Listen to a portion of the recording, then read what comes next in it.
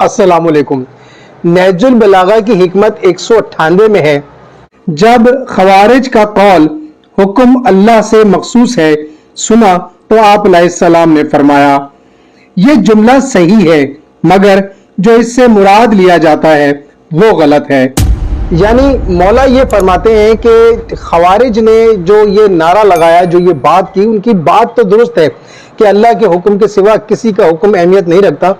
लेकिन ये जो नारा लगाया है इससे जो वो मुराद लेते हैं वो मुराद गलत है। यानी ऐसे लोग दुनिया में हमेशा पाए जाते हैं, ऐसे गिरोह पाए जाते हैं कि जो अपने मकासद को, खासकर मजमूम मकासद को पूरा करने के लिए ऐसी बात करते हैं या इस तरह का कोई नारा लगाते हैं कि जिसके पीछे वो अपने अज़ाइम को छुपा सकें या अपने मकासद को, अपने मुफादात को हासिल कर सकें।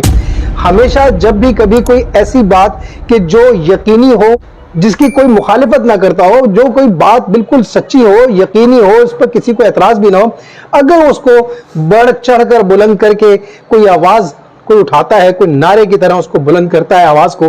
तो यकीनन उसके कोई ना कोई उसके पीछे अज़ाइम होते हैं। वो जरूर कहीं ना कहीं से कोई फरार हासिल करने की कोशिश करता है और उस नारे के पीछे, उस बात के पीछे छुपने की कोशिश करता है। इसको पहचानने का एक ही तरीका है कि उस शख्स को या उस गिरोह को, जो भी वो इस तरह की बात करता है, हमेशा उसके किरदार का अंदाजा लगाया जाए, उसके अफ़आल को देखा जाए, उसकी बातों को देखा जाए, उसके अमाल को देखा जाए कि उसके अमाल कैसे हैं, उसका किरदार कैसा है, उसके लोगों के साथ रवैये कैसे हैं, वो खुद भी उन बातों पर कितना अमल करता है। कहीं फासिक तो नहीं, फाजिर तो नहीं, झूठा तो नहीं, धोखेबाज तो नहीं, मुफाद परस्त तो नहीं। अगर वो कहीं इस तरह की आदतों में आपको इन्वॉल्व नजर आता है और वो ऐसी कोई बात करता है, तो यकीनन वो कहीं ना कहीं अपना कोई मुफाद और दूसरों को धोखा देने में मशगूल है।